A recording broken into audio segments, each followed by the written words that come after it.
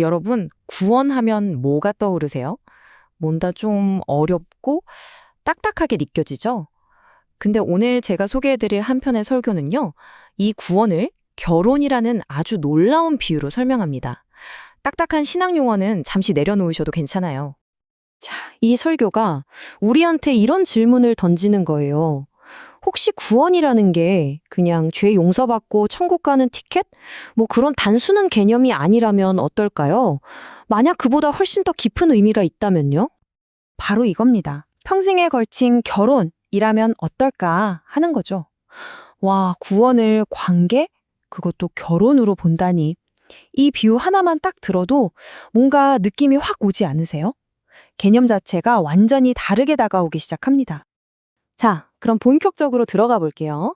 첫 번째 핵심. 이 설교는요, 구원이라는 이 결혼을 아주 간단하게 딱 두 부분으로 나눠서 설명해요. 되게 복잡할 수 있는 개념인데 정말 명쾌하게 정리를 했더라고요. 이게 바로 그 핵심 구조예요. 딱 두 가지죠? 하나는 결혼식, 그리고 또 하나는 결혼 생활. 그러니까 결혼식은 예수님한테 네 하고 대답하는 우리 인생에 딱 한 번 있는 어떤 사건 같은 거고요. 결혼 생활은 그다음부터 평생 매일매일 그분과 함께 살아가는 과정이라는 거죠. 어때요? 구분이 확 되죠? 아니, 근데 애초에 이 결혼이라는 게 왜 필요할까요? 그냥 혼자 잘 살면 안 되나? 설교는 그 근본적인 이유를 파고드는데 바로 죄라는 개념에서 그 답을 찾습니다. 근데 여기서 말하는 죄가요, 우리가 보통 생각하는 거랑은 좀 달라요. 뭐 거짓말하고 남의 거 훔치고 이런 행동 하나하나를 말하는 게 아니에요. 그거보다 훨씬 더 뿌리 깊은 문제. 바로 내 인생의 주인은 나야 라고 선언하는 그 태도, 그 마음 자체를 죄의 본질로 보는 겁니다. 이 표를 보시면 그 차이가 한눈에 들어오죠. 왼쪽은 우리가 흔히 생각하는 죄, 그러니까 행동의 문제예요. 규칙을 어기는 거. 근데 오른쪽, 이 설교가 말하는 건 주권의 문제입니다.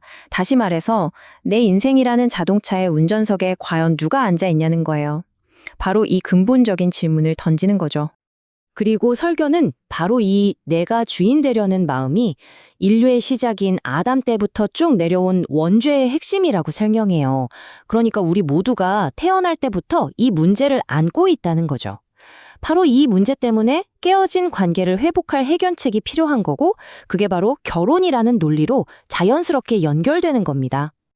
자, 문제 진단은 끝났습니다. 그럼 이제 해결책으로 넘어가 봐야겠죠? 바로 결혼식 파트입니다. 이 놀라운 관계, 이 결혼은 도대체 어떻게 시작될 수 있는 걸까요? 설교에서는 이 결혼식에 이르는 과정을 삼위일체 하나님의 역할로 나눠서 설명하는데 이게 또 기가 막힙니다. 먼저 하나님 아버지의 사랑이 우리에게 다가오는 청혼 그 자체고요. 그리고 아들 예수님의 십자가 희생이 내가 주인 되려 했던 그 죄의 값을 치르는, 말하자면 결혼 지참금 같은 거죠. 마지막으로 성령님은 이 모든 게 진짜라는 걸 우리 마음속에서 깨닫게 하고 그 청혼을 받아들이도록 돕는 중매쟁이 역할을 하신다는 거예요. 정말 멋진 비유죠? 그 청혼을 받아들이는 그 결정적인 순간의 감정을 설교에서는 이렇게 표현해요. 그날 거절할 수 없고 외면할 수 없어. 그날 주님의 손을 잡는 거죠. 아, 정말 더 이상은 외면할 수 없는 그 엄청난 사랑 앞에서 결국 손에 내밀게 되는 그 장면이 그려지는 것 같지 않으세요? 네, 바로 이거예요. 이렇게 마음을 돌이키고 믿음으로 네 하고 대답하는 바로 그 순간, 그 개인적인 결단의 순간이 바로 이 설교가 말하는 결혼식인 겁니다. 자, 화려하고 감동적인 결혼식은 이제 끝났습니다. 하지만 여러분, 진짜는 지금부터죠. 훨씬 더 길고 훨씬 더 현실적인 결혼 생활이 시작되니까요. 근데 이 설교가 진짜 재밌어지는 부분이 바로 여기예요. 왜냐하면 설교자분이 본인의 실제 결혼 생활 에피소드를 아주 솔직하고 유머러스하게 풀어주시거든요. 첫 번째 에피소드가 뭐냐면 바로 치약 짜는 방식입니다. 아내가 당신은 치약을 너무 많이 써 하면서 그것 때문에 미치려고 했다는 거예요. 정말 사소하잖아요. 근데 이게 바로 서로 다른 두 사람이 한 집에 살기 시작하면서 부딪히는 현실을 너무 잘 보여주죠. 이것뿐만이 아닙니다. 아내가 또 왜 화장실 슬리퍼는 맨날 삐뚤어져 있어요? 라고 했다는 거예요. 근데 이게 무려 10년 동안 계속됐대요.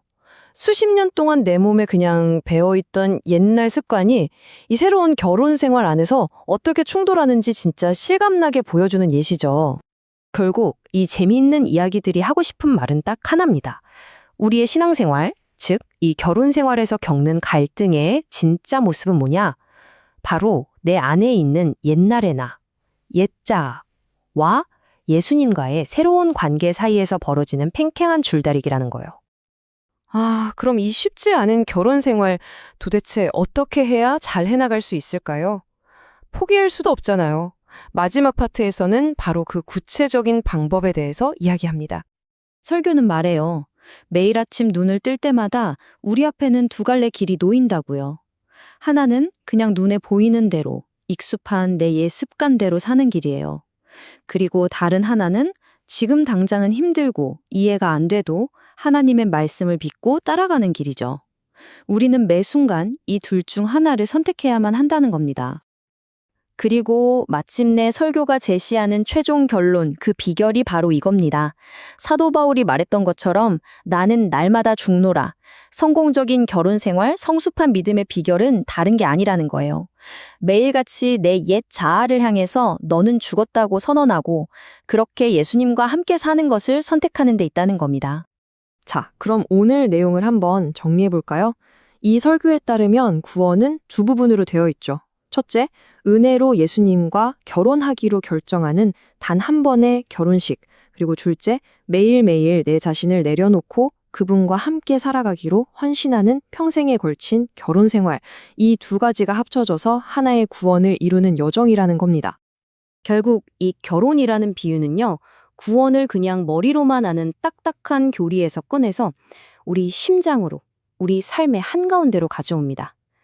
구원은 한 번의 이벤트로 끝나는 게 아니라 평생에 걸쳐서 한 인격과 깊은 관계를 맺으면서 나 자신이 변화되어가는 여정이라는 걸 보여주는 거죠. 마지막으로 여러분께 묻고 싶습니다. 여러분의 결혼 생활은 지금 어떠신가요?